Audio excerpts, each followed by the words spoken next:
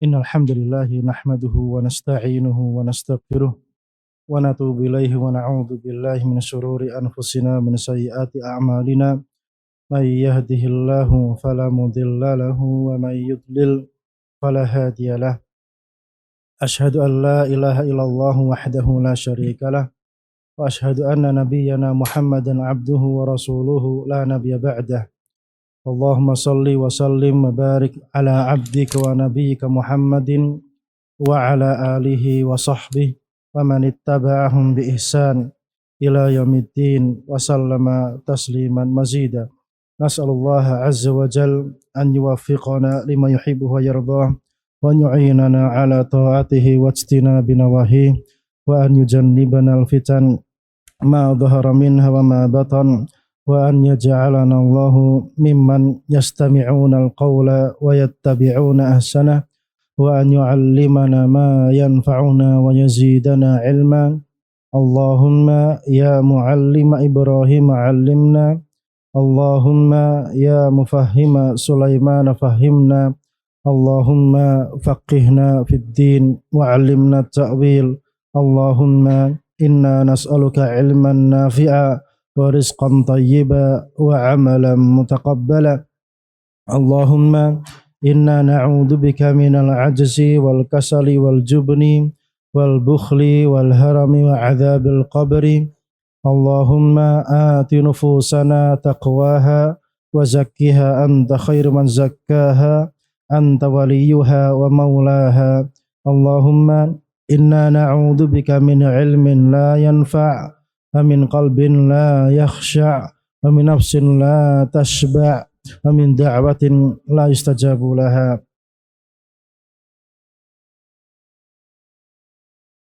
Ikhwati wa akhwati azzani Allahu wa iyyakum. Alhamdulillah, sebuah nikmat yang besar tatkala Allah Subhanahu wa taala memberikan kita kesempatan untuk memasuki bulan yang mulia ini. Di dalam sebuah hadis yang sahih, Nabi SAW bersabda kepada para sahabatnya, memberikan ucapan selamat dan kabar gembira kepada mereka. Faqal qad ja'akum atakum Ramadan syahrun mubarak. Telah datang kepada kalian Ramadan, syahrun mubarak, bulan yang penuh keberkahan. Tuftahu iftaradallahu alaikum fihi siyamah, di mana di bulan ini Allah Subhanahu wa taala mewajibkan atas kalian melakukan puasa di dalamnya. Tuftahu fihi abwabu al-jannah, pintu-pintu surga dibukakan oleh Allah Subhanahu wa taala. Wa tughlaqu fihi abwabul jahim, dan pintu-pintu neraka jahanam, neraka jahim ditutup oleh Allah Subhanahu wa taala. Wa tughallu fihi syayatin, dan pada bulan ini setan-setan dibelenggu oleh Allah Subhanahu wa taala. Fihi lailatun khairun min alfi syahrin, pada bulan ini ada satu malam yang lebih baik daripada 1000 bulan. Man hurrima khairuha faqad hurrim, siapa yang diharamkan mendapatkan kebaikan pada malam tersebut, maka dia telah diharamkan dari perkara yang sangat banyak. Ikhwati wa akhwati azani Allahu wa iyyakum. Jadi pada hari Ahad ini, hari pertama bulan Ramadan, ya, di mana kita semuanya telah mendapatkan bulan yang mulia ini, maka detik demi detik, setiap saat demi saat yang kita akan melaluinya, kita harus benar-benar menjaganya dan mengisinya dengan perkara yang bermanfaat. Allah Subhanahu wa taala berfirman, ya ayyuhalladzina amanu kutiba alaikumusiyam, wahai orang-orang yang beriman, telah ditulis atas kalian, diwajibkan atas kalian puasa. Kama kutiba alal ladzina min qablikum la'allakum tattaqun, sebagaimana telah diwajibkan atas orang-orang terdahulu supaya kalian bertakwa pada Allah Subhanahu wa taala.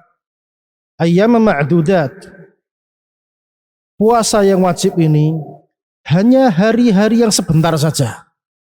Artinya Ramadan, sekarang kita masuk hari yang pertama, nanti tidak lama lagi dia akan pergi. Dan ini hari-hari yang sangat mahal, di mana kita harus menunggu setahun ke depan untuk bisa mendapatkannya. Dan tidak semuanya bisa mendapatkan hari yang mahal ini.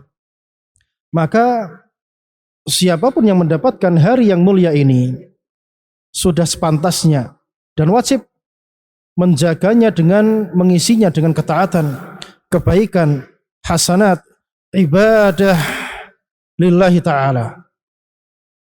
Dan menghindarkan diri dari perkara-perkara yang sifatnya doya, menyia-nyiakan waktu.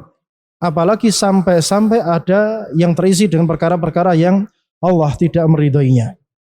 Maka kita mohon pada Allah Subhanahu wa taala, semoga Allah Subhanahu wa taala menguatkan kita untuk bisa mengisi waktu-waktu kita di hari-hari yang mahal ini, waktu-waktu yang nafis ini, mengisinya dengan berbagai macam ketaatan kepada Allah Subhanahu wa taala berdasarkan tuntunan baginda Rasulullah sallallahu alaihi wasallam. Ini sekali lagi, Ramadan ini waktunya singkat, tidak lama, sebentar lagi pergi. Walaupun sekarang kita baru masuk ke hari yang pertama. Dia tidak lama, ayyam ma'dudat, hari-hari yang sebentar saja. Hari-hari yang sebentar saja. Dan kita tidak akan mendapati di hari-hari yang lain sebagaimana kita mendapati hari-hari pada bulan Ramadan ini, bulan yang mulia ini, bulan yang penuh keberkahan. Keberkahan itu apa? Penuh kebaikan, banyak kebaikan, itu namanya keberkahan.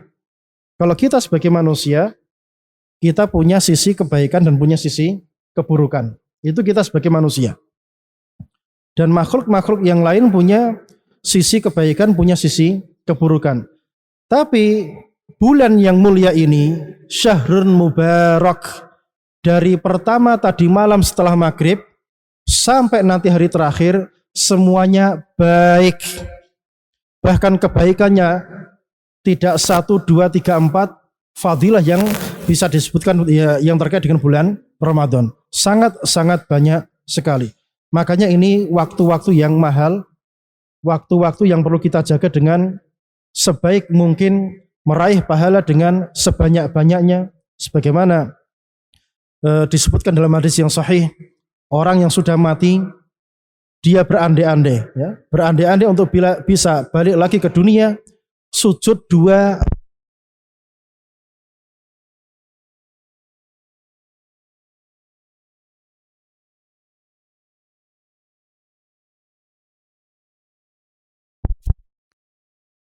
orang yang mati itu disuruh berandai-andai, maka dia akan berharap bisa mendapati 1 hari saja pada bulan Ramadan. Saking besarnya fadilah-fadilah yang ada pada bulan ini.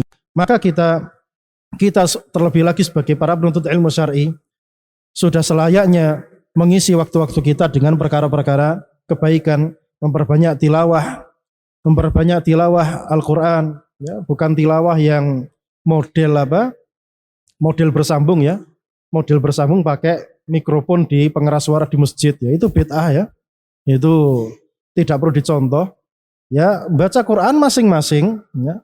Kalau adzan pakai mikrofon memang itu diperintahkan, tapi kalau baca Quran pakai mikrofon itu apakah ada sunnahnya?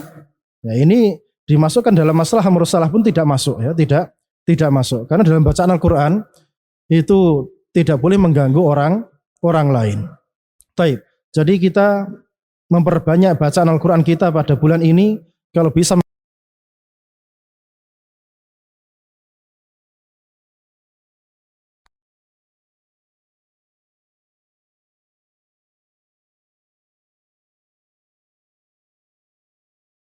ghufira lahu ma taqaddama min dhanbih. Siapa yang berpuasa dengan penuh keimanan dan berharap pahala dari Allah Subhanahu wa taala, maka dia diampuni dosa-dosanya yang telah lalu. Di dalam hadis yang lain, man qama ramadhana iman wa ihtisaban, siapa yang mengerjakan qiyamul lail pada bulan Ramadan dengan iman dan ihtisab, ghufira lahu ma taqaddama min dhanbi. Artinya, kita mengerjakan puasa kita hari ini dan seterusnya, ini dalam rangka iman kepada Allah Subhanahu wa taala berharap pahala dari Allah Subhanahu wa taala, tidak sekedar rutinitas saja. Usume wong poso melok poso, enggak. Jadi intinya kita berpuasa lillahi taala. Bukan karena manusia pada puasa kita ikut-ikutan puasa, tidak. Dan pahalanya apa? Diampuni dosa-dosa yang telah lalu. Ada mengatakan semua dosa, ada mengatakan dosa-dosa yang kecil. Seandainya yang diampuni dosa-dosa yang kecil, ini tetap sangat bermanfaat. Kenapa demikian? Karena kita manusia, ya, saya, ya, ana, antum semuanya bisa dipastikan punya dosa. Dan dosanya itu sedikit atau banyak? Yang dosanya sedikit angkat tangan. Artinya kita semuanya punya dosa. Dan itu pasti. Tapi amal kebajikan kita yang kita lakukan, apakah itu sudah pasti diterima dan berpahala? Coba yang amal ibadahnya sudah diterima Allah, coba angkat tangan siapa? Yang amal ibadahnya sudah diterima sama Allah Subhanahu wa taala. Pahalanya dapat sekian, coba siapa angkat tangan? Artinya kita dosa pasti, tapi pahala diterimanya amalan kita pasti atau tidak? Hah? Pasti atau tidak? Kita beribadah, amal kita diterima pasti atau tidak? Kita nggak tahu. Karena kita nggak tahu wahyunya. Tapi dosa itu pasti iya, wahyunya menyebutkan seperti itu. Kullu bani Adam khata' wa khairul khatta'in at-tawwabun. Semua anak Adam itu salah. Pasti melakukan dosa. Tidak ada yang maksum kecuali Rasulullah sallallahu alaihi wasallam. Dan sebaik-baik orang yang bersalah, berbuat dosa adalah yang bertaubat kembali kepada perintahnya Allah Subhanahu wa ta'ala. Jadi kalau ada embel-embel ente bakal diampuni dosa-dosa ente yang kecil pun kita bermanfaat, kita bersyukur. Karena apa? Dosa kita pasti. Dan diampuni tidaknya dosa kita tidak tahu. Maka embel-embel pahala sekecil apapun, itu seorang muslim, seorang yang beriman pada Allah Subhanahu wa ta'ala mengejarnya. Makanya para sahabat dahulu kala ada fadilah amalan apapun mereka mengejarnya. Tidak peduli mau itu besar, mau itu wajib, mau itu sunnah, mau itu yang sifatnya bagaimanapun mereka mengejarnya. Makanya ketika Nabi SAW sholat pakai sandal, kemudian dikabarkan oleh malaikat ternyata di sandalnya ada najis. Kemudian apa yang terjadi? Sandalnya dibuang, dilemparkan. Maka para sahabat apa yang dilakukan? Langsung serta-merta ikut-ikutan melempar sandalnya. Ini kesempurnaan ittiba. Gak mikir-mikir pahalanya sekian atau sekian, enggak. Yang penting ada perintahnya, yang penting ada contohnya, maka dikejar dan dilakukan. Subhanallah, musibah pada hari ini orang mau beribadah itu mikir-mikir dulu, ya, pahalanya besar atau tidak, ya. Apa urusan kita mikir-mikir pahala besar atau kecil atau sekian atau sekian? Asal itu ibadah, maka kita kejar. Jika tidak ada tazahum, tidak ada dua atau tiga ibadah berkumpul dalam satu waktu. Jika memang 3, 2, 4 ibadah berkumpul dalam satu waktu, maka di sini benar kita nimbang mana yang maslahatnya paling besar. Sampai sini paham? Baik. Jadi intinya kita mengerjakan ibadah-ibadah pada bulan Ramadan ini semuanya iman billah, karena iman pada Allah Subhanahu wa taala dan kita berharap pahala dari Allah Subhanahu wa taala. Yang demikian maka diampuni dosa-dosa yang telah lalu.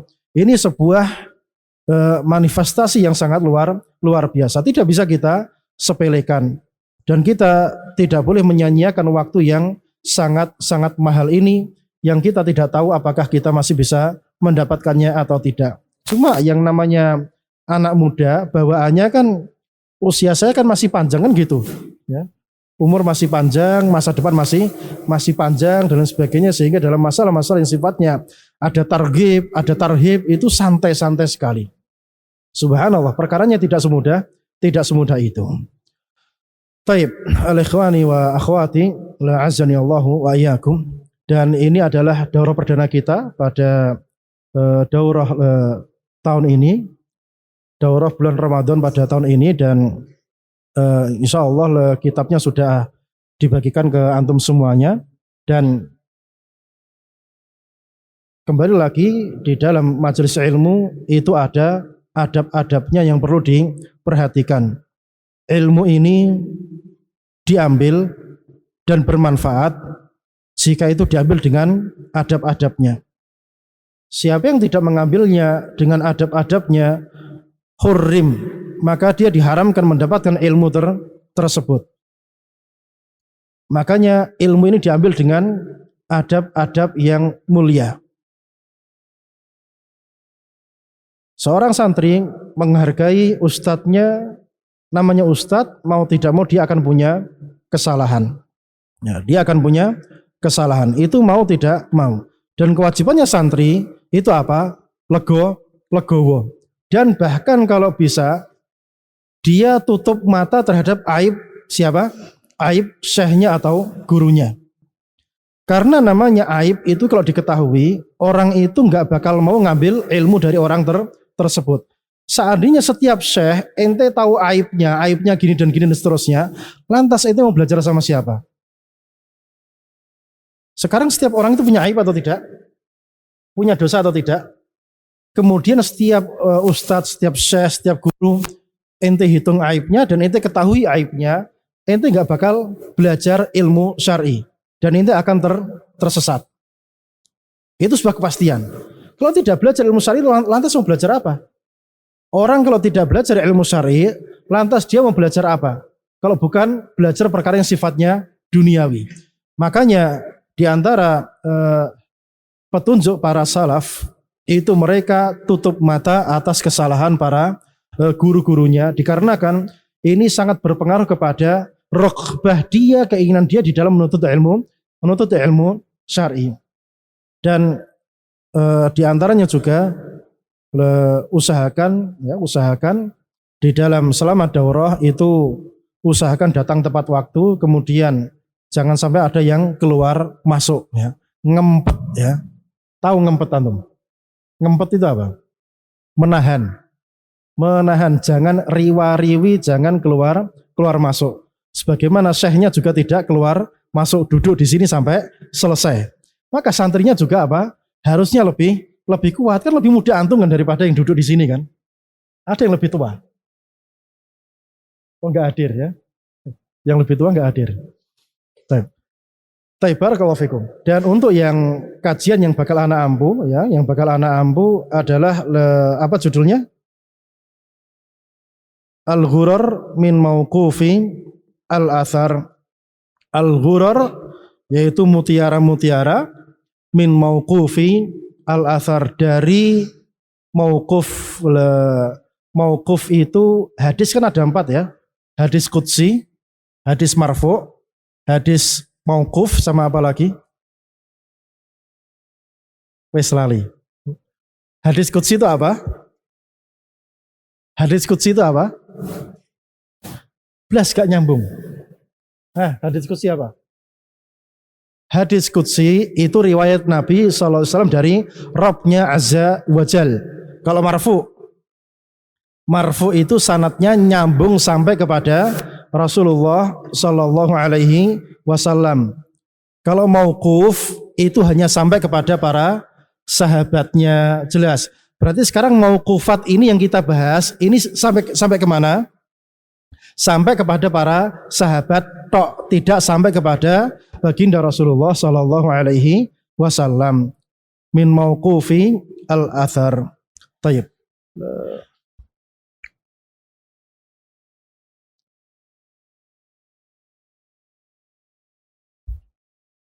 Koreknya Umar. Ikra fi mikrofon. Tes. Jibal mikrofon. Tes. Bismillah. Alhamdulillah, salatu wassalamu ala Rasulillah wa ala alihi washabihi ajma'in, amma ba'du. Ben al-qari. Janib Ustaz. Afan. Janib. Baik. Qala musannif hafizahullah taala. Bismillahirrahmanirrahim. Alhamdulillah wa ala abdihi wa rasulihi Muhammadin atamu taslimin wa atamus salah wa ala alihi wa sahbihi wa man walah, amma ba'du. Fa inna sahabata radhiyallahu anhum hum khairun nasi ba'dal anbiya wal iqtida'u bihim dinun wal intifa'u bi ulumihim ihtida' wa hadhihi arba'una atharan mimma thabata anhum min ghuraril aqwal musnadatan an arba'ina min a'yanihim unmudatan yuhaqqikul maqal tajma'ul usulan min usulil islam wa tahdi bi idnillahi ila subulis salam nafa'allahu biha fid darain wa razaqa ahlaha tibal hayatain. Baik, qala al-musannif waffaqahullahu taala. Bismillahirrahmanirrahim. Beliau memulainya dengan apa? Dengan basmalah. Ibtada bil basmalah, thumma thanna bil hamdalah, thumma thallatha bis salati wassalami ala an-nabi sallallahu alaihi wasallam. Jadi di sini Syekh Utsaimin hafizahullah taala memulai kitabnya dengan Bismillahirrahmanirrahim. Kemudian dilanjutkan dengan Alhamdulillah. Kemudian dilanjutkan yang ketiga dengan sholawat dan salam. Ya, dengan sholawat dan salam.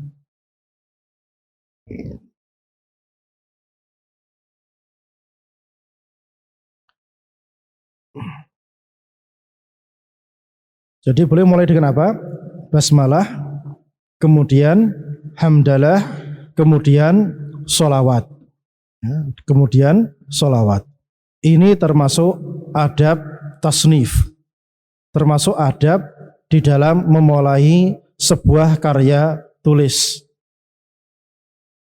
Dan adab memulai karya tulis yang paling sempurna itu dimulai dengan empat hal. Yang pertama dimulai dengan basmalah, kemudian yang kedua dengan hamdalah, yang ketiga dengan syahadatain, yang keempat dengan sholawat dan salam kepada Nabi sallallahu alaihi wasallam.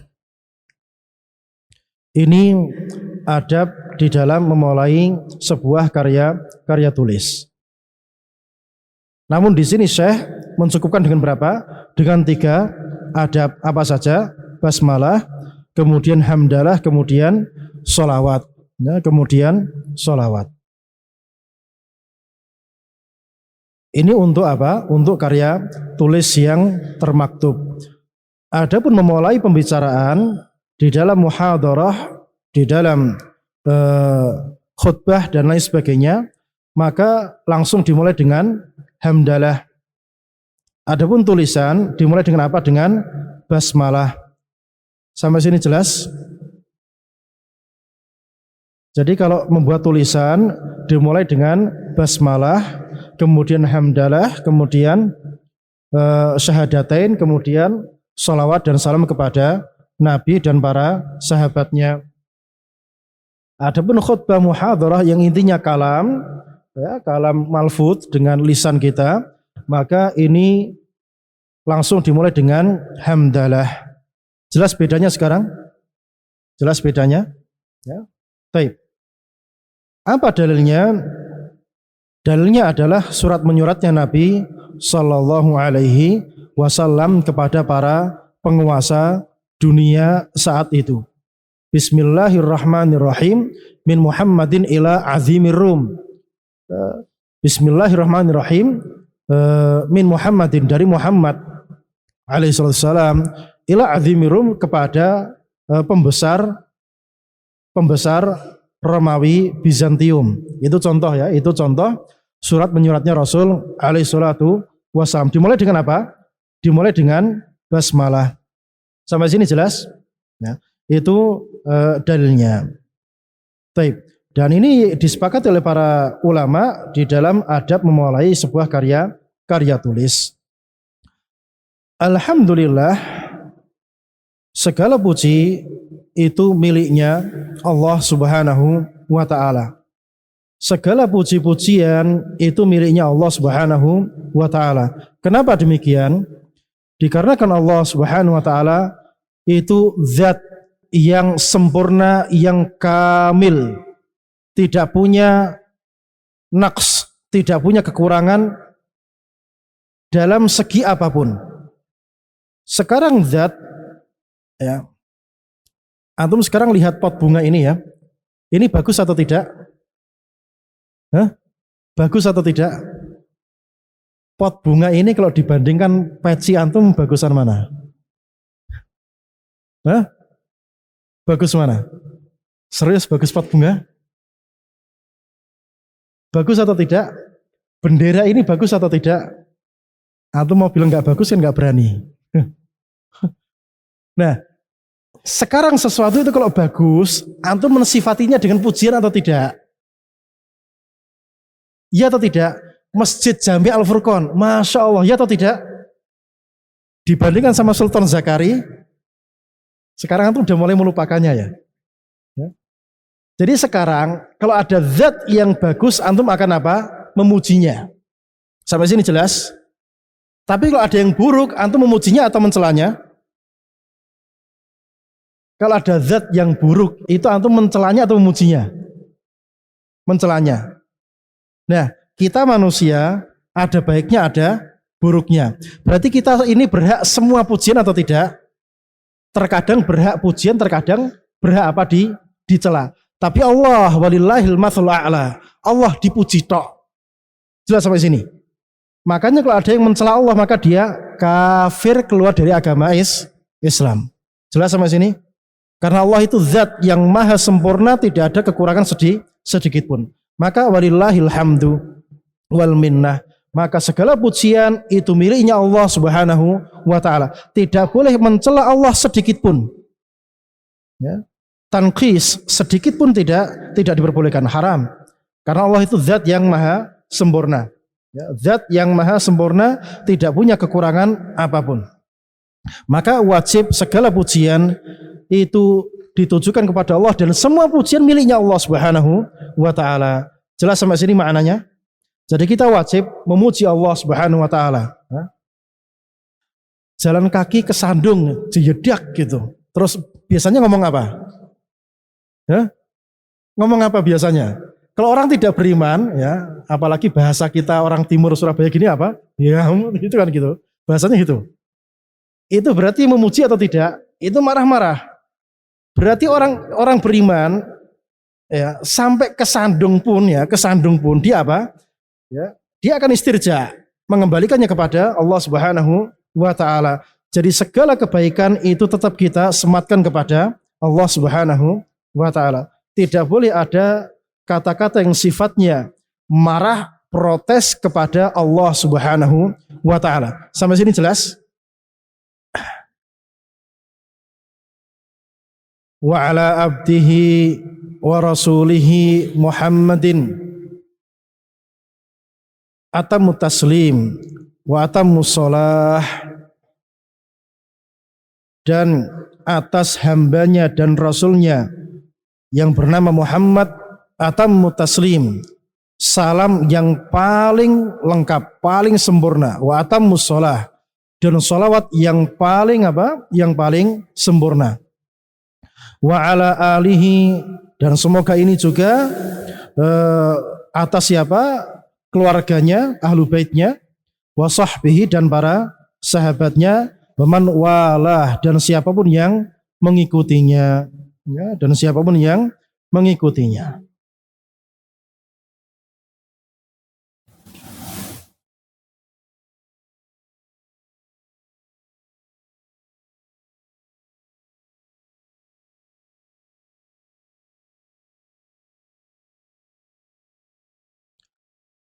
Amma ba'du, ini untuk perpindahan pembahasan. Ya, sekarang muqaddimah, kemudian perpindahan pembahasan. Maka pakai apa? Amma ba'du. Fa innas sahabata, ya, fa innas sahabata, maka sesungguhnya para sahabat radhiyallahu anhum, hum mereka khairun nas, sebaik-baik manusia, ba'dal anbiya, setelah para nabi. Wal iqtida'u bihim dinun, dan mencontoh mereka ini agama. Ya, mencontoh mereka ini adalah agama. Walintifa'u bi'ulumihim ihtida, dan mengambil manfaat dari ilmu mereka ihtida, ini sebuah hidayah. Ini sebuah hidayah, mencari hidayah atau mendapatkan hidayah. Wa hadhihi arba'una atharan, dan ini ada 40 athar. Athar itu yang diriwayatkan nyambung sampai kepada mereka. Mimma thabata anhum, yang asar ini sabit atau valid dari mereka. Min ghuraril aqwal, dari ru'usul aqwal atau dari mutiara-mutiara kata-kata mereka. Musnadatan an arba'ina, yang asar ini musnadatan, bersanad, bersambung dari 40 min a'yanihim, dari mereka. Jadi jumlah sahabat ada berapa? Jumlah sahabat Nabi ada berapa? Jumlah sahabat Nabi ada berapa? Ada berapa? Tidak tahu. Jumlahnya sahabat Nabi ada berapa? Jumlah pemain bola dalam satu pertandingan ada berapa? Hah? Ada berapa? Jumlah pemain bola dalam satu pertandingan ada berapa? Ada berapa? 11 itu dalam satu tim atau dua tim? Nah, apal nih ini ya. Ini pertanda minta dilus-lus kepalanya nih. Sahabat nggak tahu, jumlah pemain bola tahu. Jadi musibah yang terjadi pada hari ini. Baik, jumlah para sahabat itu lebih dari 100.000 sahabat. Yang hadir di Haji Wada itu 100.000 sahabat. Berarti jumlah mereka berapa? Lebih dari 100.000 sahabat. Itu yang menjadi sahabat Nabi Shallallahu Alaihi Wasallam. Nah, dari sekian banyak sahabat dipilih 40 dari 40 sahabat yang terbaik dari sekian banyak sahabat tersebut. Anmudajan, sebagai sebuah percontohan, yuhaqqiqul maqal, untuk mencapai tujuan dari pembuatan karya tulis ini. Ya, karya tulis ini yang bermanfaat untuk umat tentunya. Tajma'u usulan, 40 kata-kata mutiara ini dia mengumpulkan usul, mengumpulkan pondasi min usulil Islam, dari pondasi-pondasi Islam. Kalau Arba'in Nawawi itu kan hadis yang mustanadah sampai kepada Nabi SAW, dan Arba'in Nawawi ini apa? Pondasi-pondasi Islam juga. Cuma dia bentuknya apa? Hadis yang marfu. Adapun ini ghurar ini bentuknya apa? 40 mauqufat yang sifatnya pondasi agama. Sampai sini jelas? Berarti penting untuk dihafal atau tidak? Ya penting juga ya. Arba'in Nawawi penting dihafal. Ini juga penting untuk dihafal. Jelas sampai sini? Wa tahdi bi'idnillahi ila subulis salam. Jadi 40 athar ini, mauqufat ini, kalau dibaca, ditelaah, dipahami dan dihafalkan, akan membawa siapapun yang menelaahnya kepada hidayah, kepada jalan keselamatan, selamat insyaallah ya, selamat dunia akhirat. Nafa'allahu biha fid darain. Semoga Allah memberikan manfaat dengan kitab ini fid darain, di dunia dan akhirat. Wa razaqa ahlaha, dan semoga Allah memberikan rezeki kepada ahlinya tibal hayatain, yaitu dua kehidupan yang baik ya. Karena kita selain butuh kehidupan yang baik di dunia, kita juga butuh kehidupan yang baik di akhirat. Hidup yang baik di dunia itu bagaimana? Hidup yang baik di dunia bagaimana? Soalnya kalau kita hidupnya baik di dunia, maka di akhirat juga baik. Ini sesuatu yang lazim, ya. Sesuatu yang lazim. Alladzina amanu wa lam yalbisu imanahum bidzulmin ulaika lahumul amnu wa hum muhtadun. Orang-orang yang tidak mencampuri iman mereka dengan kesyirikan, dengan kedzaliman, karena zalim itu syirik, karena menempatkan sesuatu tidak pada tempatnya, maka bagi mereka dapat apa? Keamanan dan hidayah. Keamanan di dunia dan akhirat, dan hidayah di dunia dan akhirat. Artinya kehidupan kita dunia menentukan kehidupan kita di akhirat. Kalau baik di dunia maka baik di akhirat. Kalau aman di dunia maka aman di akhirat. Kalau dapat hidayah di dunia maka dapat hidayah di akhirat. Aman di dunia, ya, aman di dunia, aman dari ketakutan dan kekhawatiran. Kapan orang itu bisa merasakan keamanan dalam hatinya? Kapan orang itu bisa merasakan keamanan dalam hatinya? Jika hatinya mu'allaqun billah, hatinya hanya terikat bersandar kepada Allah Subhanahu wa ta'ala, maka dia akan aman hatinya. Kalau aman hatinya, ditakut-takuti, ente kalau lewat jalan sana enggak nundukkan gini, ente bakal tertimpa gini. Itu orang kalau tidak bertauhid ditakut-takuti gitu, takut atau tidak? Takut. Ente lewat tempat angker, kalau enggak ente lempar telur di situ nanti ente akan diganggu. Takut atau tidak? Orang tidak beriman akan takut. Ya, tapi orang yang beriman pada Allah Subhanahu wa taala hatinya aman. Karena apa? Hanya takut kepada Allah Subhanahu wa taala. Maka aman di dunia ini mengantarkan kepada aman di akhirat. Aman dari ketakutan. Karena di akhirat kelak semuanya ketakutan. Semuanya ketakutan. Dalam kondisi yang menakutkan ini, maka membutuhkan sesuatu yang membuat kita aman. Dan banyak hadis-hadis yang menyebutkan bagaimana bisa mendapatkan keamanan pada hari kiamat kelak.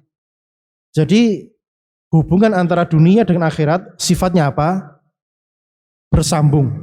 Aman di dunia, aman di akhirat. Dapat hidayah di dunia, dapat hidayah di akhirat.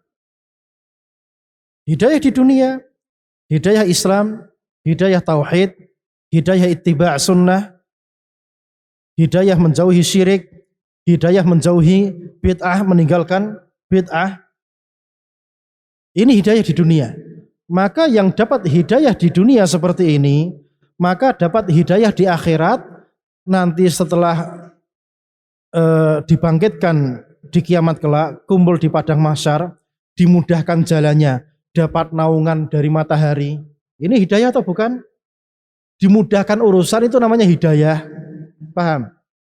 Jadi urusannya lancar, ya. Misal ente masuk ke Al-Furqan tanpa ujian langsung masuk, ya. Berarti dapat hidayah atau tidak? Ya, dapat hidayah masuk di Al-Furqan tanpa hambatan. Hidayah gini saja sudah nikmat, apalagi nanti di akhirat kelak dapat hidayah lancar urusannya, itu sebuah kenikmatan yang luar biasa. Waktunya orang-orang dihisab tidak dapat hisab sendiri. Waktunya orang melewati sirat, jalannya pelan-pelan langsung secepat kilat. Hidayah atau bukan? Ini yang kita butuhkan dan ini kita dapatkan kapan? Jika kita dapat hidayah di dunia. Artinya hidayah kita di sini sifatnya sangat menentukan untuk hidayah kita di akhirat. Tibul hayatain, kebaikan hidup di darain, dunia dan akhirat, ini sifatnya berkaitan erat, tidak bisa dipisahkan. Artinya baiknya hidup kita di dunia, baiknya hidup kita di akhirat. Dan baiknya hidup di dunia itu bagaimana? Yang jadi pertanyaan. Baiknya hidup di dunia itu seperti apa? Orang duniawi mengatakan baiknya hidup di dunia naik wes sukses. Sukses dapat jabatan, dapat uang yang banyak, kaya raya. Terus apa lagi? Hah? Itu kata mereka, ya, jadi terkenal, Masya Allah ya. Sana-sana kenal semua. Tanda tangan dimintain banyak orang misalnya dan sebagainya. Itu bagi orang yang sifatnya duniawi. Maka baiknya kehidupan dunia, mereka kira seperti itu, padahal tidak. Padahal kebaikan kehidupan dunia kita ada di dalam dada kita. Dada kita kapan baiknya? Dada kita, hati kita, kapan dia baik? Jawabannya, ya? Ala bidzikrillahi tatmainnu al-qulub. Intinya di situ. Berarti perkara syar'i atau tidak? Jawabannya iya. Berarti orang itu tidak punya ilmu syar'i, maka dia tidak akan bahagia. Dan orang yang punya ilmu syar'i, maka dia sudah punya satu langkah untuk bahagia. Tinggal taufik yang berikutnya apa? Ilmu diikuti dengan amal. Ilmu diikuti dengan apa? Dengan amal. Artinya orang tidak punya ilmu syar'i, maka dia tidak akan bisa beramal, tidak akan bisa berbahagia. Dan baiknya kehidupan dunia kita menentukan baiknya kehidupan kita di akhirat kelak. Berarti menuntut ilmu syar'i seperti ini penting atau tidak? Sangat penting sekali. Itu mengantarkan kepada kehidupan atau kebahagiaan dunia kita. Makanya para salaf kita dulu mengatakan, seandainya para muluk tahu apa yang kita rasakan dari kebahagiaan hati kita, lajaladuna bisuyuf. Pasti akan menguliti kita dengan apa? Dengan pedang-pedang mereka. Untuk apa? Merampas kebahagiaan yang ada di dalam hati-hati ini. Makanya para ulama ar-rabbaniyin, mereka yang hatinya paling bahagia, mau kaya, mau miskin, mau dalam kondisi apapun, itu membahagiakan. Makanya Syekhul Islam Ibnu Taimiyah rahimahullah taala tatkala diuji dengan penjara, ya, di penjara sampai meninggal beliau di penjara. Jadi kalau saya di penjara maka itu kholwah bersama Allah Subhanahu wa taala. Kalau saya dibuang ke sana kemari maka itu apa? Siyahah. Jadi semuanya enak orang beriman itu. Orang beriman itu enak. Makanya kita mempelajari dalil, mempelajari agama Islam itu mengantarkan kita kepada kebahagiaan dunia. Adapun orang dunia jika tidak mencapai target mereka hazin, mereka bersedih. Mereka langsung apa? Bersedih, langsung jatuh tersungkur. Adapun orang beriman, mau di atas mau di bawah, baik atau tidak? Baik, tidak gundah hatinya. Ajaban li amril mu'min. Fa inna amrahu kullahu khair. Aneh perkaranya orang beriman itu, semuanya baik. In asabahu sarra syakar. Kalau tertimpa kebaikan maka dia apa? Bersyukur. In asabahu dharra sabar. Kalau dia tertimpa musibah, mudarat, maka dia bersabar. Fakana khairallah. Maka hasilnya apa? Baik untuk seorang mukmin tersebut. Itu nikmatnya kita sebagai orang yang beriman. Makanya banyak yang iri sama kita. Makanya kita dicap sebagai radikal. Dicap sebagai apa lagi? Intoleran. Dicap sebagai apa lagi? Nah, sing ngarani sing Wahabi, sing macam-macam. Intinya mereka iri ya. Intinya mereka iri. Ada yang nuduh kita ya, itu setiap bulan dapat 20 juta ya katanya. Dai Wahabi itu setiap bulan dapat apa? Dapat kiriman 20 juta katanya. Itu menunjukkan apa? Mereka iri sama kita. Ya kalau sudah iri sampai enak saja nih ngono. Tinggal ikut ngaji kan beres, ya kan gitu. Ngapain harus jelek-jelekin orang gitu loh, ya. Jadi kita ini, agama kita ini dihasati oleh semua orang yang ada di muka bumi ini. Makanya sungguh nikmat, kita wajib bersyukur, kita sudah di atas sunnah. Semuanya akan menyerang orang yang di atas sunnah. Barakallahu fikum. Naam.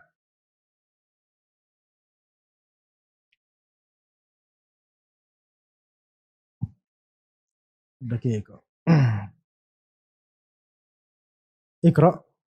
Thumma qala musannif hafizahullah ta'ala al-ghurratul ula an Abi Bakrin as-Siddiq radhiyallahu anhu annahu qala ya ayuhan nas iyyakum wal kadhib fa innal kadhiba mujanibul lil iman rawahu Ahmad wa isnaduhu sahih wa ruwiya marfu'an wa la yathbut.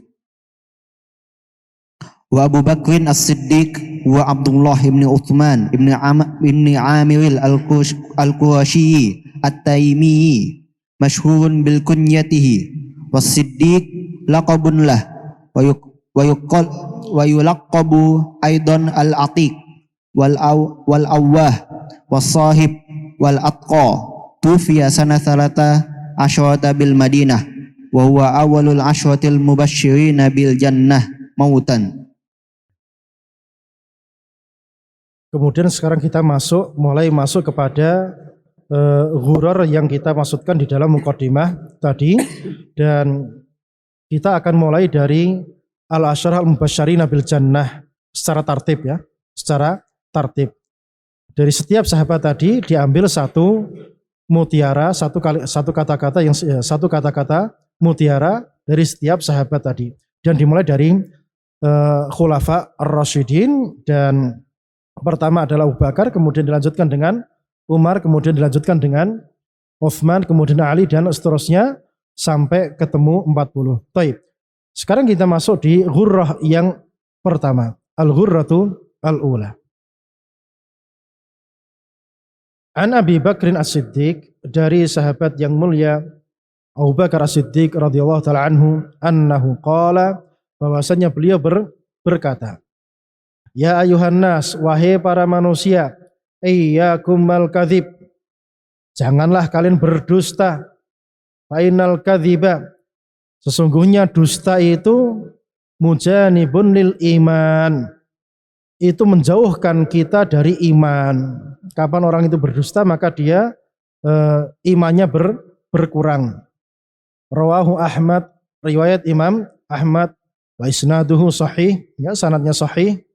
Wa ruya marfu'an wa la yathbut, dan ada yang meriwayatkan hadis ini secara marfu' sampai kepada Nabi SAW, namun hadisnya tidak apa? Ternyata setelah ditahqiq tidak sampai kepada Nabi. Yang sahih dia sifatnya mauquf. Dan jika dikatakan rawahu Ahmad, ya, rawahu Ahmad, maka maknanya kitab apa? Kitab musnad, ya. Jadi ketika disebutkan rawahu Ahmad, maka maksudnya adalah kitab al-musnad.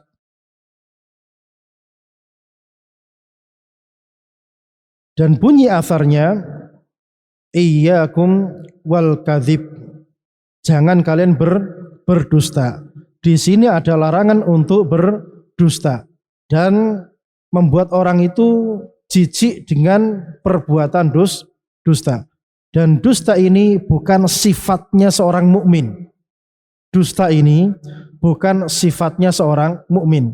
Dan kapan orang beriman sekali saja berdusta, dia ini memudahkan dia untuk apa? Berdusta untuk yang kedua dan ketiga kalinya.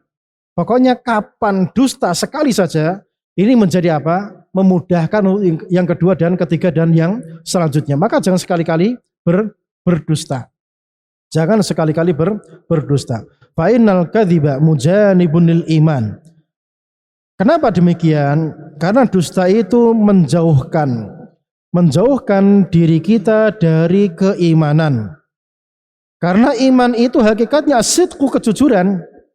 Iman itu kejujuran, bukan kedustaan. Jadi dusta itu merusak hakikat iman itu sendiri. Kenapa? Karena dusta itu kabar yang tidak sesuai dengan fakta. Kabar yang tidak sesuai dengan fakta. Maka seperti ini bukanlah sifatnya seorang mukmin albattah sama sekali. Bahkan dusta itu sifatnya orang munafik. Sebagaimana dalam hadis yang sahih disebutkan, ayatul munafiq thalath, ciri-ciri orang munafik itu ada 3. Salah satunya apa? Idza haddatsa kadzaba, kalau dia mengucapkan sesuatu maka dia berdusta. Wa Abu Bakrin As-Siddiq, ya, Abu Bakar As-Siddiq itu siapa namanya? Namanya adalah Abdullah bin Utsman bin Amir Al-Qurashi At-Taimi. Itu nama Abu Bakar As-Siddiq radhiyallahu taala anhu. Berarti beliau kabilahnya apa? Kabilahnya Quraisy. Ya, kabilahnya Quraisy. Dan di sini disebutkan Al-Qurashi At-Taimi. Ini penisbatan kepada a'la kemudian yang asfal. Jadi misal ya, ana sama antum yang dari Sidayu biasanya biasanya lakopnya apa? As-Sidawi ya. Berarti penyebutan Sidawi itu disebutkan di yang terakhir setelah penyebutan yang a'la. Yang a'la misalnya apa? Al-Indonesi As-Sidawi. Paham sampai sini? Jadi sebutkan yang tinggi dulu baru apa? Yang bawahnya. Itu cara penyebutan apa? Menyebutkan nisbat di dalam nama kita. Jadi sebutkan yang tinggi dulu baru yang setelahnya. Masyhurun bikunniyatihi, beliau terkenal dengan kunyahnya. Maka dalam hadis-hadis apapun rata-rata disebutkan apa? Disebutkan nama Abu Bakar, padahal namanya siapa? Abdullah. Namanya Abdullah tapi terkenalnya apa? Abu Bakrin. Sama seperti kita di sini, kita punya ustadz namanya siapa? Abu Ubaidah. Namanya siapa? Nah ya, terkenalnya apa? Abu Ubaidah. Hampir-hampir dikatakan ustadz ini namanya Yusuf apa? Jarang yang tahu. Tapi kalau disebutkan Abu Ubaidah tahu atau tidak? Tahu. Ini salah satu contohnya. Dan kunyah itu ada beberapa model. Taratan takunu isman lahum, ya, jadi terkadang kunyah itu menjadi nama mereka sehingga mereka tidak dikenal kecuali dengan kunyah tersebut. Jadi dia namanya ya kunyah tersebut. Misal salah satu di antara antum namanya Abu Bakar. Abu Bakar ini namanya dia atau kunyahnya? Nama. Tapi bentuknya apa? Bentuk kunyah. Berarti nek jenengnya Abu Bakar, nanti bikin kunyah siapa lagi? Abu Abdillah gitu. Ya. Abu Bakar, Abu Abdillah, Abu Bakar kan double. Ya. Jadi ini model apa? Nama modelnya model kunyah. Dan terkadang ada orang yang dia punya nama asli dan dia punya kunyah, namun kunyahnya lebih terkenal daripada nama aslinya. Contohnya Abu Bakar As-Siddiq radhiyallahu taala anhu. Wa qauluhu As-Siddiq laqabun lah. Dan As-Siddiq itu adalah julukan bagi siapa? Abu Bakrin. Menunjukkan ini pujian atas siapa? Atas Abu Bakar As-Siddiq radhiyallahu taala anhu. Ya. Kenapa beliau diberi julukan As-Siddiq? Ada dua perkara. Yang pertama, mubadaratuhu ila tasdiq bir rasul. Mubadaratuhu bit tasdiq ila tasdiq bi ar-rasul sallallahu alaihi wasallam. Karena beliau segera membenarkan kenabian Nabi Muhammad sallallahu alaihi wasallam. Segera beriman kepada Nabi Muhammad sallallahu alaihi wasallam. Ini yang pertama. Jadi kalau ada apapun, Abu Bakar langsung apa? Mengatakan, iya benar, saya percaya kepada Muhammad. Maka dari sini diberikan gelar sebagai As-Siddiq. Yang kedua, kenapa Abu Bakar As-Siddiq radhiyallahu ta'ala anhu digelari sebagai As-Siddiq? Karena beliau jujur dalam segala ucapan dan segala perbuatannya dan segala kondisinya. Senantiasa as-sidqu. Senantiasa apa? Senantiasa jujur dalam segala ucapan dan kondisinya. Pernah suatu ketika hijrah ya, hijrah dari kota Mekah menuju kota Madinah. Di tengah jalan kan yang mendampingi hijrah siapa? Abu Bakar As-Siddiq radhiyallahu taala anhu. Maka ada orang yang bertanya, orang ini kenal sama Abu Bakar. Ya, ini yang namanya Abu Bakar. Maka orang tadi ternyata dia tidak kenal dengan Rasulullah alaihi salatu wassalam. Maka orang ini bertanya kepada Abu Bakar, siapa itu? Apa jawab Abu Bakar? Hadin yahdini as-sabil. Ini penunjuk jalan. Ini penunjuk jalanku. Ini jujur atau bohong? Jujur, karena apa? Memang benar Nabi alaihi wasallam apa? Penunjuk jalan, baik jalan yang hakiki maupun jalan yang jalan duniawi maupun jalan yang sifatnya ukhrawi. Itu penunjuk jalan, dan itu benar. Jadi nggak sempat Abu Bakar itu berbohong, ya. Senantiasa ucapannya itu benar.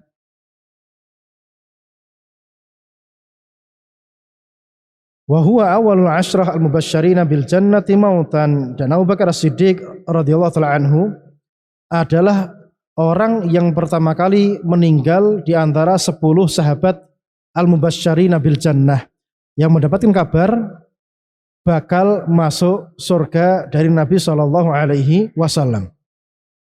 Kenapa sahabat yang 10 ini terkenal dengan lakop ini, al-asyrah al-mubasysyirina bil jannah? Padahal yang dapat kabar bakal masuk surga itu banyak.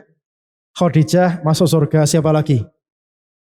Khadijah masuk surga, Bilal masuk surga, Uqasyah masuk surga, sahabat siapa lagi? Kan banyak. Tidak hanya 10 saja yang dikabarkan masuk surga. Bahkan semua sahabat mereka itu masuk surga. Radhiyallahu anhum wa radu anhu. Jadi Allah ridho kepada mereka dan mereka ridho kepada Allah. Berarti apa? Ini kabar mereka masuk surga. Tetapi yang terkenal dengan 10 ini adalah 10 sahabat yang ini. Dan yang pertama meninggal siapa? Abu Bakar As-Siddiq radhiyallahu taala anhu. Naam, Iqra. Tsumma qala musannif hafizahullah taala al-ghurratu tsaniyah an Umar bin al-Khattab radhiyallahu anhu annahu qala li Ziyad bin Hudayr hal ta'rifu ma yahdimul Islam? Qala qultu la. Qala yahdimuhu zallatul alim wa jidalul munafiqi bil kitab wa hukmul a'immatil mudillin rawahu Darimi wa isnaduhu sahih. Wa Umar bin Khattab huwa Umar bin Khattab ibn Nufail al-Qurashi al-Adawi yukna Aba Hafsin wa yulaqabu bil Faruq wasyahidil mihrab tufiya sanata 23 bil Madinah. Taib. Al-Ghurrah yang kedua, ya, kata-kata mutiara yang kedua dari sahabat yang mulia Umar bin Khattab radhiyallahu taala anhu, yang mana sahabat yang mulia ini setan pun tidak bakal melewati jalan yang dilalui oleh siapa? Umar bin Khattab radhiyallahu taala anhu. Ya, sampai hari ini pun setan-setan dalam bentuk jin maupun manusia tidak berani melewati yang dilewati oleh Umar. Di Masjid Nabawi itu ada pintu, ya, ada pintu namanya pintu Umar. Pintu Umar bin Khattab radhiyallahu taala anhu. Ini setan dari kelompok apa? Dari kelompok yang itu, ya. Itu enggak mau masuk lewat pintu ini, ya. Paham antum? Enggak pernah didapati, ya, setan yang dari Persia itu melewati pintu Umar bin Khattab radhiyallahu taala anhu, ya. Jadi memang benar, ya. Jadi yang jin maupun yang manusia pun tidak melewati yang telah dilewati oleh Umar bin Khattab radhiyallahu taala anhu. Ini sahabat yang mulia yang ketokohannya dan jasanya terhadap Islam sangat luar biasa. Itu juga hidupnya melarat, ya, miskin. Penguasa, khalifah, penakluk Persia Romawi, ya, penakluk Persia Romawi itu hidupnya pun dalam kondisi miskin.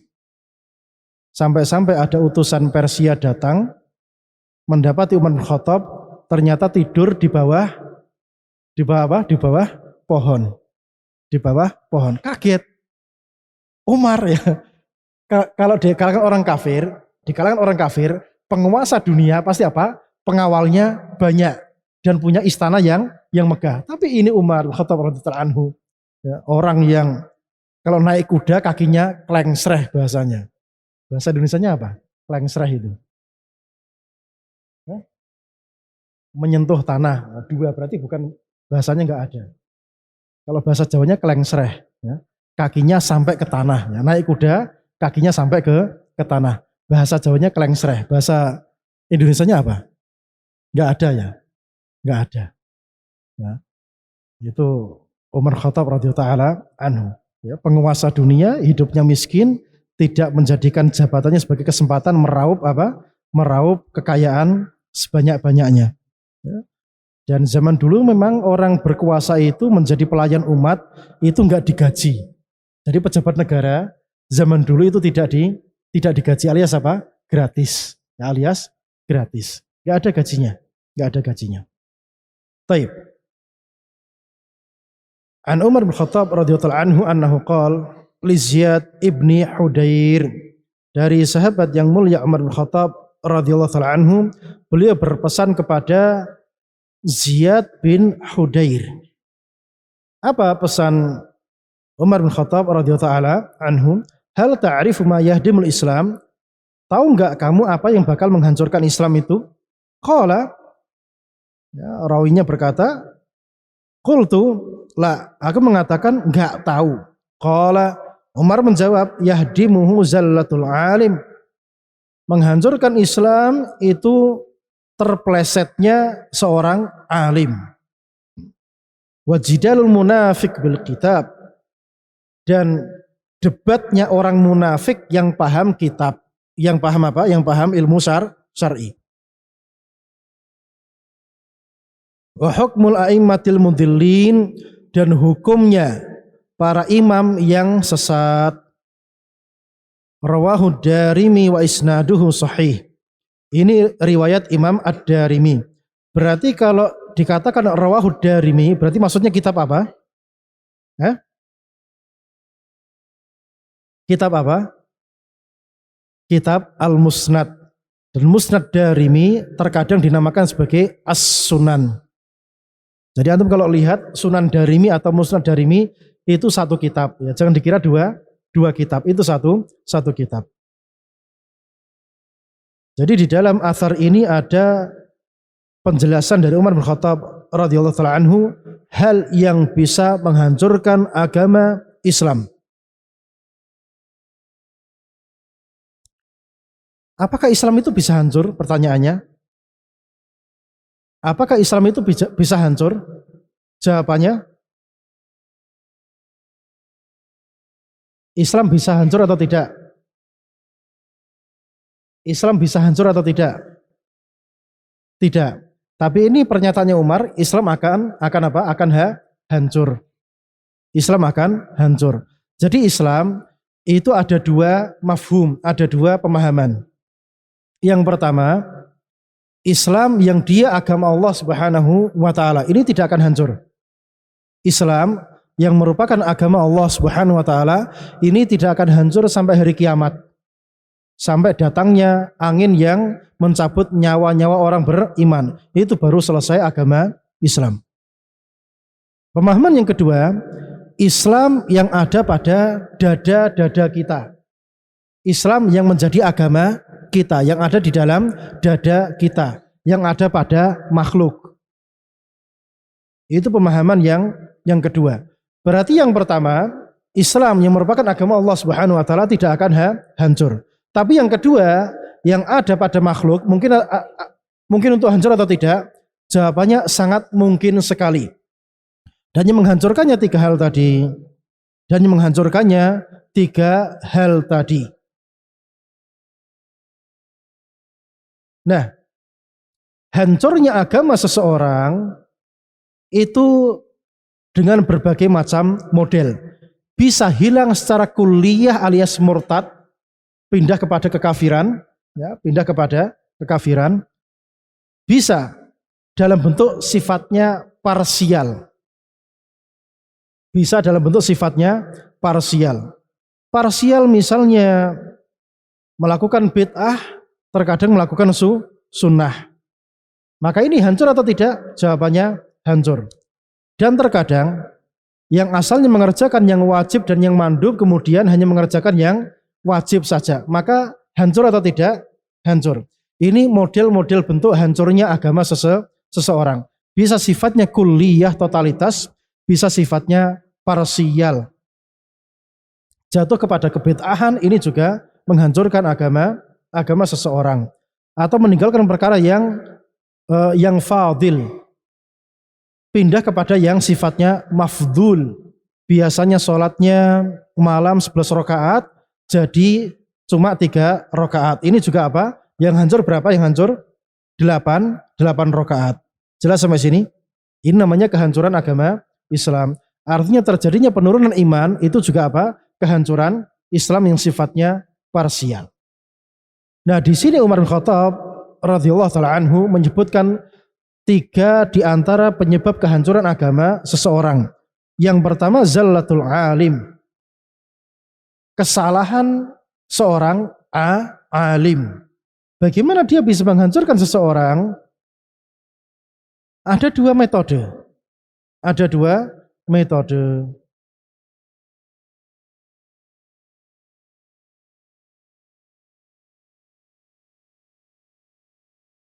Jadi yang pertama, ketika seorang alim itu salah, kemudian pengikutnya istilahnya apa? Pengikutnya itu beyo atau pengikutnya itu alias apa?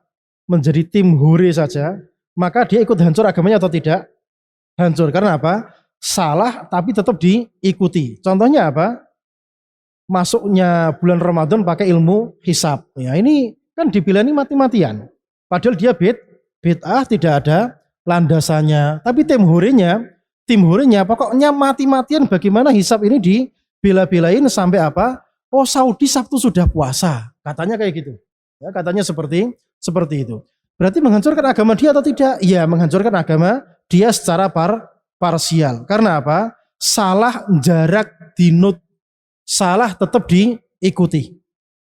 Ini dari satu sisi. Jadi seorang alim salah itu bisa menghancurkan agama seseorang karena apa? Pengikutnya nggak peduli. Salah nggak salah, yang penting apa? Pokoknya dari si fulan maka diikuti. Ini sama juga dengan ormas.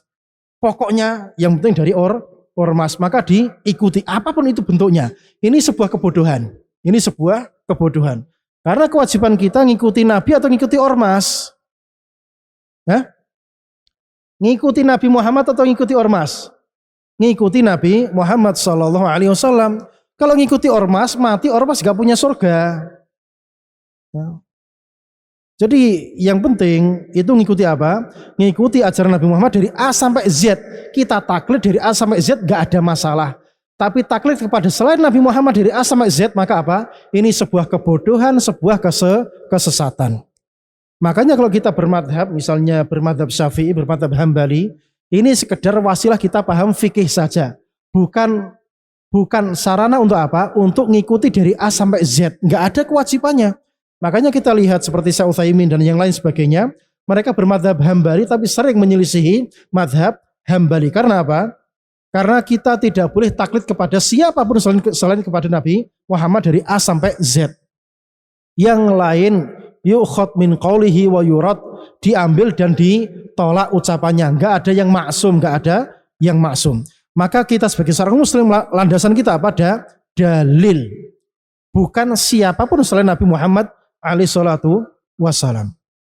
Ini sisi pertama. Sisi yang kedua, kesalahan alim itu bisa menghancurkan agama seseorang, karena kalau alim itu salah, kemudian kesalahannya diumbar ngalor ngidul, ya.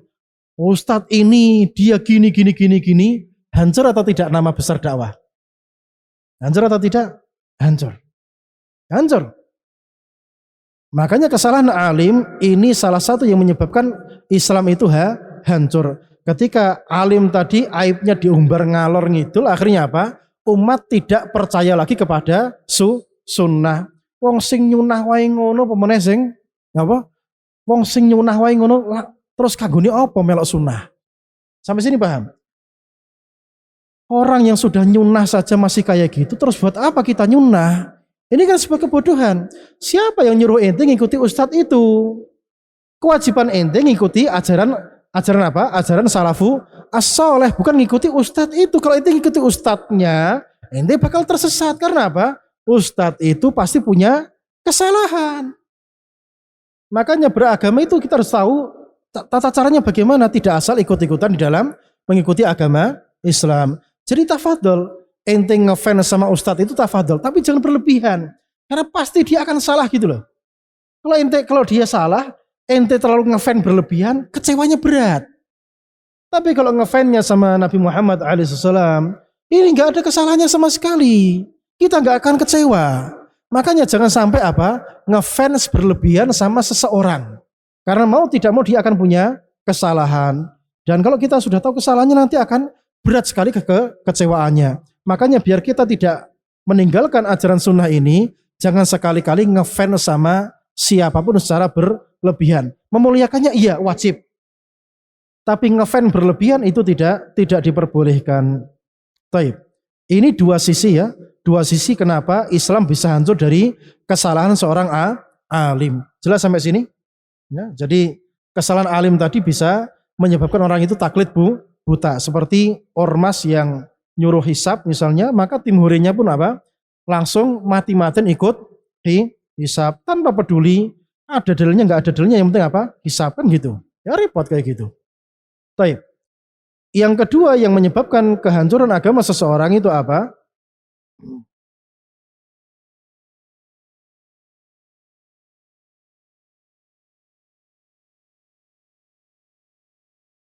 Adalah jidalul munafik bil kitab. Ya. Jidalnya seorang munafik kepada kitab. Ya, kepada kitab.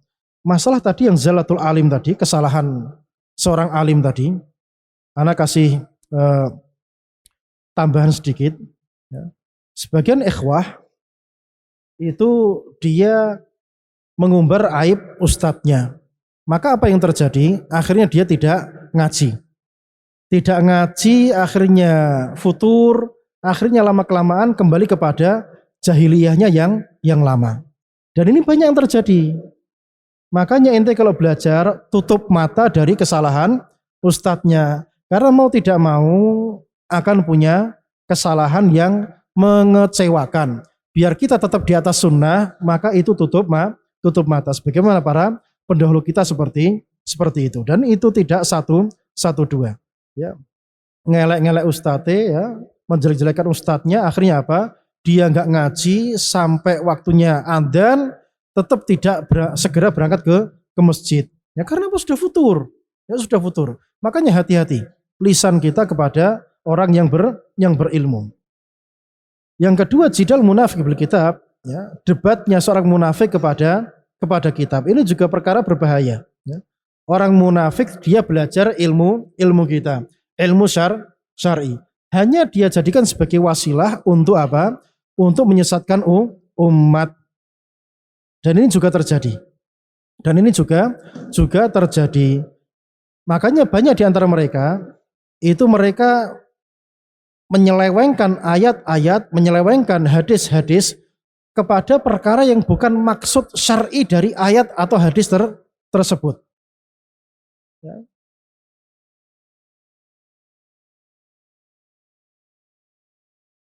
Saya belum contohnya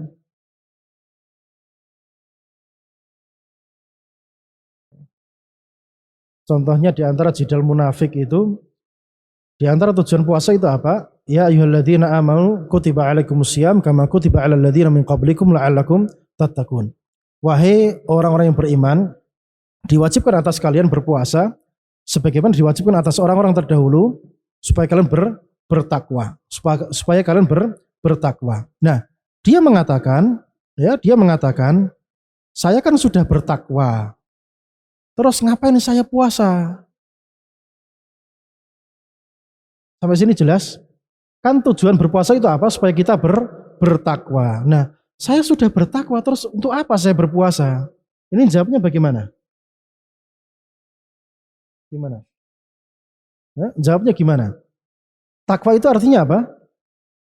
Bertakwa itu artinya apa? Takwa itu menjadikan antara kita dengan neraka wiqayah. Wiqayah yang menyelamatkan kita dari neraka. Caranya bagaimana? Bimtithali awamirihi wajtinabi nawahihi. Dengan mengerjakan perintah-perintahnya dan menjauhi larangannya. Sekarang puasa ini perintah atau tidak? Perintah. Ente kerjakan atau tidak? Tidak. Berarti ente bertakwa atau tidak? Tidak. Berarti ente nggak bertakwa, ya. Ente nggak bertakwa. Jadi klaim ente sudah bertakwa itu klaim yang batil karena ente menyelisih perintahnya Allah Subhanahu wa taala. Itu contoh ya.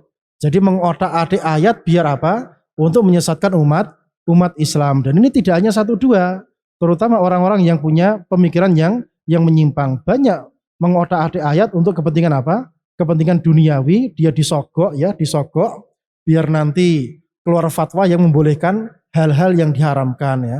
Pawang hujan, ya, nanti sudah ada yang menyiapkan fatwa. Oh ini boleh ya. Kan dulu Nabi juga mendatangi dukun katanya. La haula wala quwata illa billah. Ya, sampai seberani itu demi apa? Demi sesuatu dunia yang sifatnya sangat hina ini. Ya, sampai berani berbuat seperti itu. Jadi itu bahayanya orang-orang munafik yang paham kitab, menghalalkan apa-apa yang diharamkan oleh Allah Subhanahu wa taala. Mentalbis, membuat tipuan kepada manusia biar mereka mengerjakan hal-hal yang Allah tidak meridhoinya. Membolak-balikkan yang hak menjadi batil, yang batil menjadi hak. Ya. Ketika ada kasus wayang rame, kemudian ketika ada kasus pendeta mengatakan suruh ngapus 300 ayat, diem, nggak ada suaranya, ya, nggak ada suaranya. Ini kan gayanya doang kayak gitu ya, gayanya doang. Subhanallah. Dan mereka sekarang mulai berani terang-terangan di dalam menghina agama kita. Jadi membolak-balikkan yang hak dikatakan batil, yang batil dikatakan apa? Dikatakan hak oleh mereka. Allah musta'an. Jadi harus hati-hati dari mereka. Harus mengenali ciri khas mereka ya, biar tidak tertipu oleh kebatilan mereka. Yang ketiga, yang menyebabkan kehancuran Islam, hukmul a'immatil mudillin. Hukumnya para imam yang sesat. Imam di sini ada dua. Imam yang sultan, yang penguasa, dan imam al-muttaba, orang yang dianut, orang yang ditokohkan. Orang yang ditokohkan ini juga rawan menyesatkan umat. Orang yang ditokohkan ini rawan menyesatkan umat. Jadi mereka ini kalau sesat, maka umat akan ikut sesat. Bahaya atau tidak? Bahaya. Ya, ini perkaranya sangat berbahaya. Jadi penguasa yang berhukum dengan hukum selain Allah Subhanahu wa taala kemudian diikuti oleh manusia, ini juga membahayakan agama mereka, dan tokoh-tokoh yang ditokohkan itu juga membahayakan mereka. Dan Umar bin Khattab radhiyallahu ta'ala anhu adalah Umar bin Khattab bin Nufail al-Qurashi al-Adawi. Antum lihat lakopnya disebutkan Quraisy dulu baru apa? Al-Adawi. Jadi dari atas ke bawah. Yukna Abu Hafsin. Kunyahnya Abu Hafsin. Wa yulaqab bil Faruq. Lakopnya Al-Faruq. Karena dengan Umar bin Khattab masuk Islam, terjadi pembeda antara yang hak dengan yang batil. Dulu masih sembunyi-sembunyi, kemudian kemudian Umar masuk Islam, maka Islam menjadi kuat, menjadi nampak mana yang hak dan mana yang batil. Wa syahidil mihrab, dan punya lakop juga sebagai syahid al-mihrab, yang mati syahid di mihrab karena ditusuk oleh Abu Lu'lu' al-Majusi ketika sholat subuh. Jadi orang kafir itu jaban, ya, mereka itu penakut, ya. Mereka itu penakut, mau bunuh saja itu sembunyi-sembunyi, ya, tidak jantan. Cari waktu yang gelap kemudian menusuk dari belakang, ya, tidak jantan. Itu orang ahlu batil. Ahlu batil itu ciri khasnya apa? Menusuk dari belakang. Ya, menusuk dari belakang, tidak ada kejantanan pada mereka. Tufiya sanata 23 bil Madinah, wafat pada tahun 23 Hijriah di kota Madinah. Berarti masa jabatannya berapa? 10 tahun setelah wafatnya Abu Bakar As-Siddiq radhiyallahu taala anhu. Baik, sampai sini ada pertanyaan? Enggak ada pertanyaan?